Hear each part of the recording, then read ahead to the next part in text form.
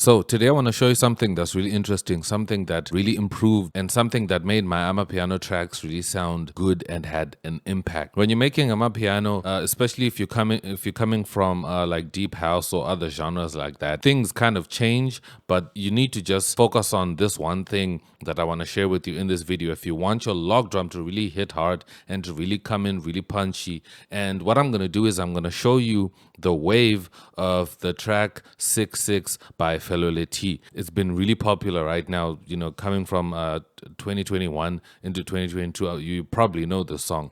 So I just want you to look at this wave and just look at Look at the intro. The intro is kind of quiet. You can see here the wave isn't as loud as the other parts. It's building up, and when you get to the second section here, it gets a little bit louder. It's introducing more instruments and it's getting a little bit louder. So it's like it's building up. And then when you get to the log drum section, which is this section I highlighted over here, you can see that it's now louder. It's now going all the way up to like 0 dB, and it's now at its loudest. This is where now the log drum is getting. So the log drum is basically bringing in all the maximum energy. This is where the climax of the track is. So that's kind of the situation. And this is now where the difference is between how we mix other genres and how we mix and work on Amapiano. So if you really want your log drum to stand out, this is the kind of formula you want to take into account. When you're starting working on your beat or something like that, mostly we start with drums.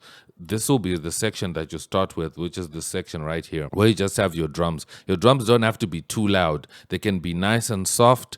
And then, when you start to introduce other things, then you can start to have things getting a little bit louder, kind of like a 3-step kind of situation. And then when your log drum comes in, it comes in with all the punch so that you give it room. So the key here is to add contrast. The contrast that I'm talking about is the contrast between the high parts, which is your log drum section, which is like the really loudest part, versus the quieter parts, which is this one.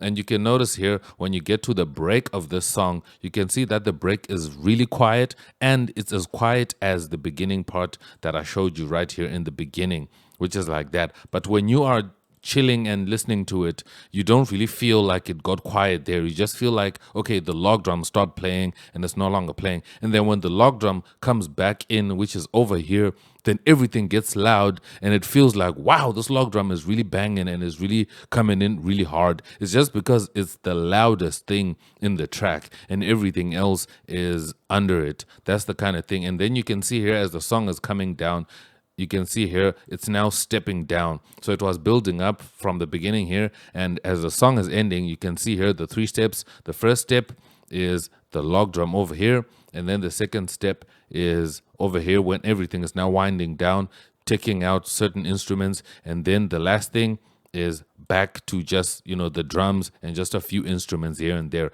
So that's something I wanted to highlight, that you kind of want to analyze popular songs and see what's making them really bang and how they're really set up on this kind of a scale, just to look at the wave of the whole song.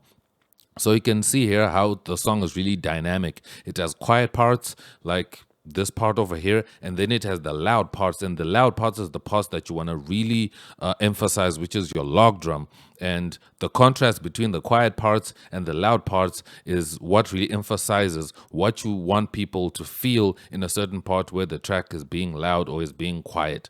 I hope it makes sense. Drop this video a like if all of this is making sense. So now let's put this into a practical sense, right? So coming back to my track that I made here. So I have kind of like a build up that I'm working on here. So this is my intro. This is just drums, right? So you can hear that it's not as loud. So when you listen to this, you'll be like, okay, this is not loud. I want my drums to be loud. But that's the problem. You don't want to turn your drums all the way loud when it's coming in like this, because now if you make that loud, it's going to be hard for you to push to push or leave any room for when the log drum kicks in and comes in like this,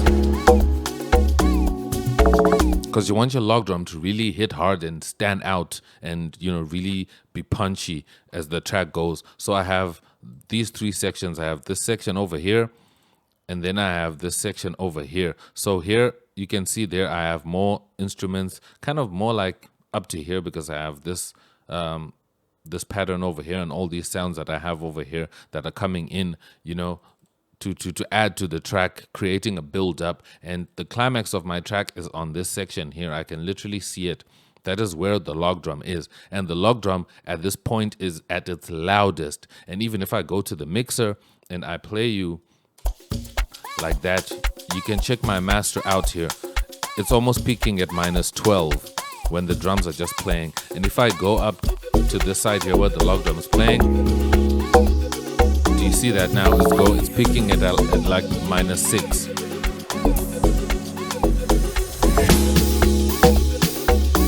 Almost close to -3.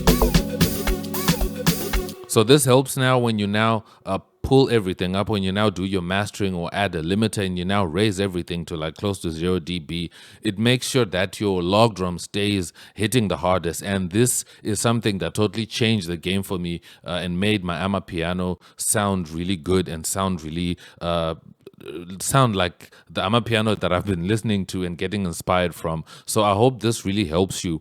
So just make sure that you add contrast to your Amapiano tracks. Make sure that your build up really builds up from your intro to like where you're now building up, adding in the instruments. It must not be as loud as your climax part where you're adding your log drum and stuff like that. That's kind of how you can make your log drum stand out, because people ask me like, yo, how can I get my log drum to be really powerful in my Amapiano songs? This is how you do it. You add contrast between the quiet parts and the loud parts, which is the part where your log drum is, so that if you're gonna like really drive your log drum up, you have all that headroom and all that space for your log drum to come in. So if I go back here to the log drum here, let me show you the levels between my kick and my log drum, right?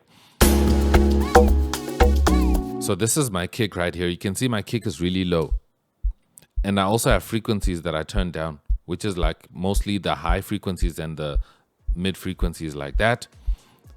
And there's my log drum right there. It's really high. And my kick is really soft.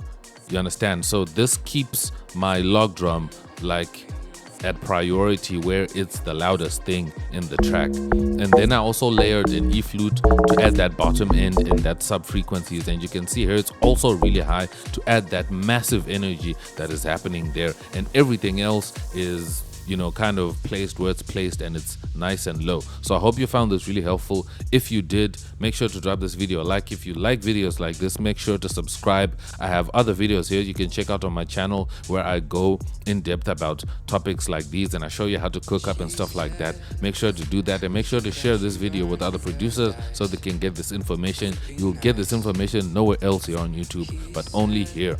So please support the channel. I'll see you in another video. I'm X and I'm out. Peace.